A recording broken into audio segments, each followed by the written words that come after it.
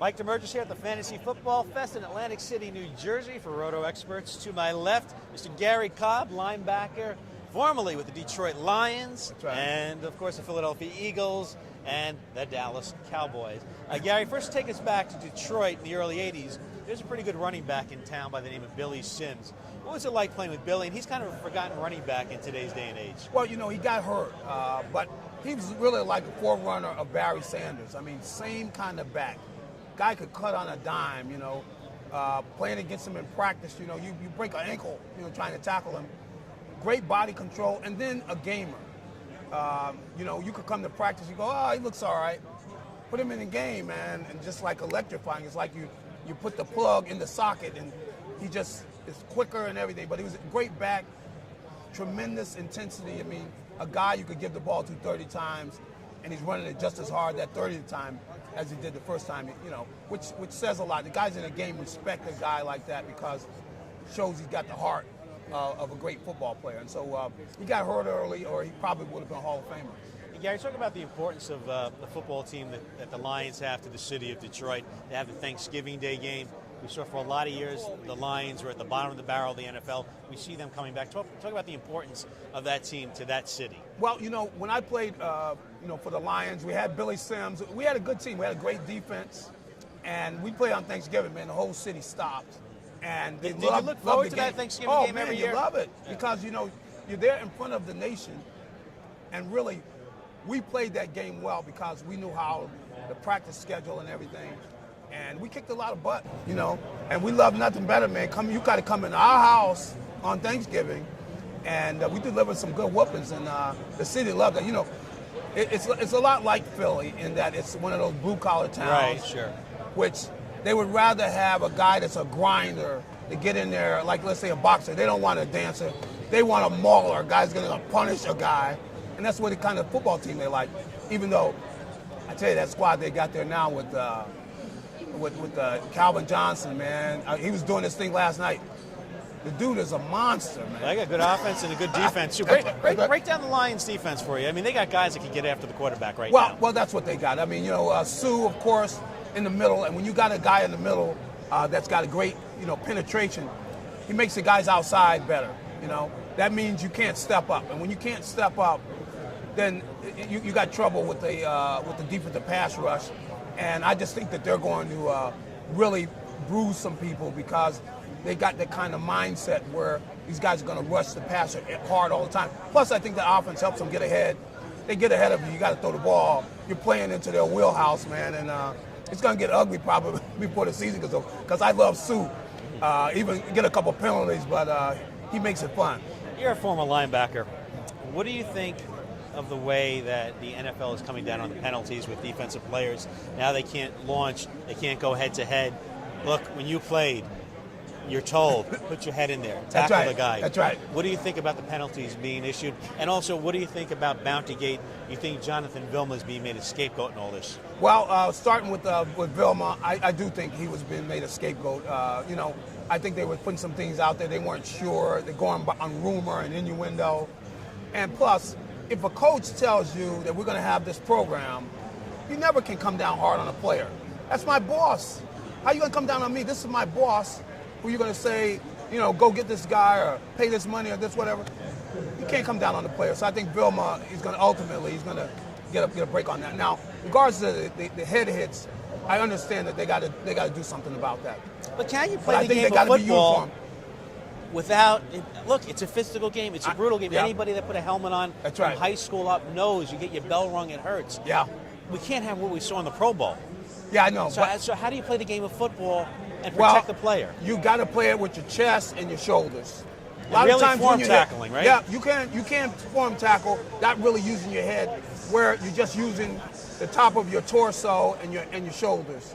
And that's ultimately what they got to do. I mean, it's kind of thing where NFL's got to do this because, you know, they got this court cases and it's big money, and that's why ultimately this happens. Does it scare you to see like a guy like a Dave Duerson, you know, take his life, one of the great players, one of the great defenses, and then we see Junior Seau take his life. We see it in hockey where the brain literally deteriorates like rotten meat.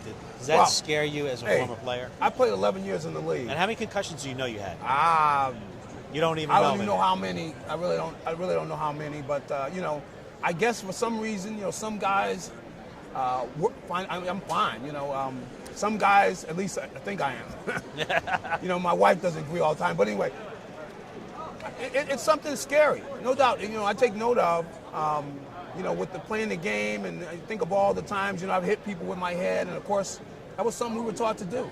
And so, I hopefully it'll be all right, but it's concerned. There's no doubt about it, and I think about it and feel bad for Dave Duerson and like Andre Ward, this guy I played with. Played against Dave for years. Meyer, Junior Seau, we both went to USC. He was a great linebacker, man. To see him go like that, it definitely is something that's distressing. But I think you can play the game without use of the head. Like I said, you have to use the upper torso.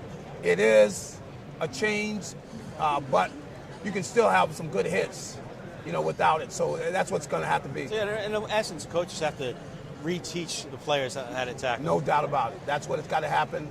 And it's unfortunate that, this has happened, but, it's kind of a situation where it's something that's going to happen in the NFL. You're not going to see the head hits, Talking about hard hits, you were in Philadelphia when Buddy Ryan came around. Talk about Buddy. We know about his son, Rex, now. A little bit different, but still very boisterous. A lot alike. Yeah. I think Rex is a little media savvy than Buddy was. Without Buddy was like, I care about the defense. You tell us some stories. I don't care about the offense. That's right. I don't care what the press says. And I'm going to punch your lights out. That's exactly. It's a Buddy story. And also, the Eagles were fortunate. When Buddy came around, he got Reggie White from the USFL. That's right. How about that? That's right. Well, really, Reggie came the year before. But Buddy was able to utilize him, and he realized how great of a player he was. So he lined him up on the center. Because back in those days, the center was always the weakest guy on that line. So he lined up over the center, and he had guys basically wetting on themselves. They come up to snap the ball because you look at this monster, and Reggie's a guy who's. What made him so great, though? Because he was so big. Power. The guy ran 4.5, 4.6, 40. I mean, he got run our running backs. And like JPP, he had those long arms, too. He had those long arms and the power, and plus he was quick. And he's just so much a better athlete than the guys that were trying to block him. I mean, those guys were as big. The offensive tackle would be as big as he was, but half the athlete. So it was really a mismatch, And a lot of times with a big guy, if you get him moving his feet, they get weak because they get off balance. And he get him moving and then just throw him like tissue paper, throw him into the upper deck and go get the quarterback. So just tremendous. Played, of course, Jerome Brown was there. Hey, talk about that team. team. A monster. You had White, Brown, Clyde Simmons, That's right. Seth Joyner, That's right. Eric Allen, Andre Waters. Yeah. Why didn't Wes Hopkins. Why didn't that team win the Super Bowl? Well, the reason is offensively. You talked about Buddy Ryan in regard to the offense. He used to say about the offensive line, all I need is 5 fat guys. Give me 5 fat guys, and I got me an offensive line. So he didn't put enough value into it. No, and with regards to the offense was basically Randall Cunningham making some big plays. You got to be more intricate than that. And, they were on the way to doing some things, but then Norman Brayman, who's the owner at that time, didn't want to spend any money because he was going to get Jim Lachey. They had him coming there, but didn't want to pay him, so he goes down to Washington. You see what happened in Washington. They got him down there. But they needed some offensive linemen. We really needed so that Randall could sit in the pocket and operate and just scramble when he needed to. But they really didn't develop the offense to where it was consistent. And that's the reason that team never won any championships. But one of the greatest defenses, without a doubt, in the NFL. Yeah. And what makes do we see the 46 defense today? We really don't even see it today. It's versions of it at times. Versions of it, but why don't we see it today? Because it was so impactful from when Buddy Ryan implemented it with the Bears right through the early 90s. Well, everybody runs versions of it. See, what teams do... Explain the 46, because you're really packing everybody at the line. Well, basically, on the 46, you're covering the center and the 2 guards. And you got defensive ends outside with the tackles. So the tackles and the defensive ends are going to be outside. But you got the 2 guards and the center covered. That means anybody tries to pull, you probably got a guy in the... You got to come back inside. In penetration, So you really put a lot of pressure on those guards, and you're right by the ball. So if any of those guys miss a block, you got a guy into the defensive backfield. So what it does, it puts a lot of pressure, and then you're able to blitz from that because you got really the 5 guys that are lined up, and then you have the 2 linebackers there. So you got all those guys right up there by the line of scrimmage, and even bring up one of the safeties. So what it is basically, Buddy believed in, I want to get hits on the quarterback. I figured the quarterback, especially when back in those days, he used to say, quarterback is the softest guy on that offense.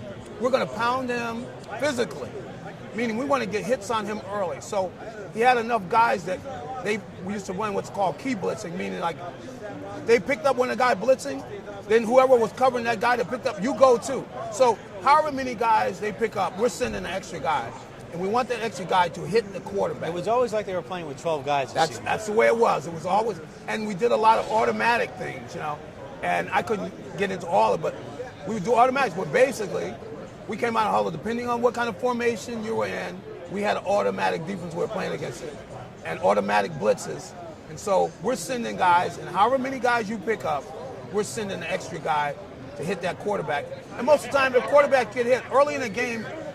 If a quarterback gets hit, you shake him, you rattle him. You rattle him, you get him out of his comfort zone.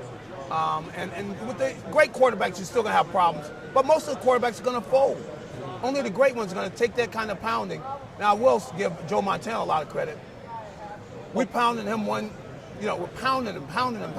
The Bears beat him up for some pretty good times. Yeah, that's right. But 1988, the 49ers laid waste to them in the playoff game. Yeah, I mean, those were classic games. Great Bears games, against the 49ers, That's right. Giants, 49ers, Eagles, Giants, all that, and a lot had to do with Buddy Ryan, the 46. 1988, you go to the Dallas Cowboys, That's correct? Right. Yes. Tom Landry's the coach. That's right. That's his final year. Yep. Talk about going to play for Buddy Ryan, they're going to play for Tom Landry. And was it kind of sad to see, really, the demise of Tom's career at the time? Well, the game passed Tom by. And this happens with all of the coaches. I mean, it is the kind of game where it's a kind of business that's really a business that everything's cutting edge. Everybody's looking for an advantage. And what happened was Tom believed in that, I even forget the name of it, where he's got these guys sitting off the line of scrimmage, You can't have defensive linemen. The flex defense. It was the flex. Flex. You can't have guys sitting off the line of scrimmage. The game turned to a passing game. So here you had your front four getting no rush on the quarterback. So, you're headed downward if you get that. So Tom didn't think much of Buddy Ryan and his defense. But I sat down with Tom and explained to him. 44-0 in 1985. That's right. I explained the defense to him. He thought that he didn't see the coordination of everything. And Buddy was ahead of the game for a few years.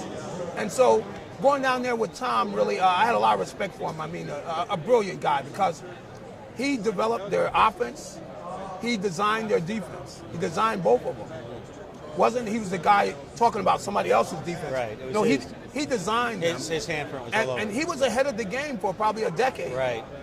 With scouting and film and everything like that. So, brilliant guy, but he had come to the point where he lost all of his assistants. Dan Reeves, Mike Ditka, Gene Stallings. Right. These are all on his staff.